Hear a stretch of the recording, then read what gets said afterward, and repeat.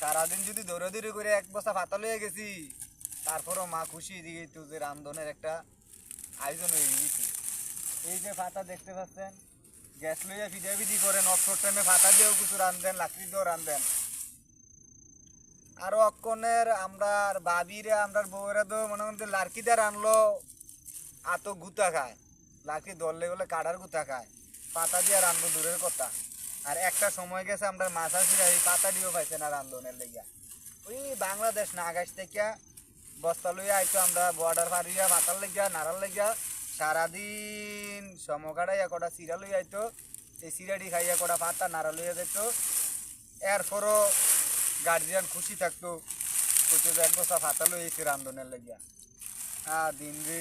ছোট থাকতে পাতা দিয়ে রানতো দেখতাম, দমাইয়া টমাইয়া রানতো, তারপরেও যে একটা স্বাদ পাইছি খাইয়া, এখন আর 1600 গ্যাস দিয়ে রানলো স্বাদ আর পাইনি।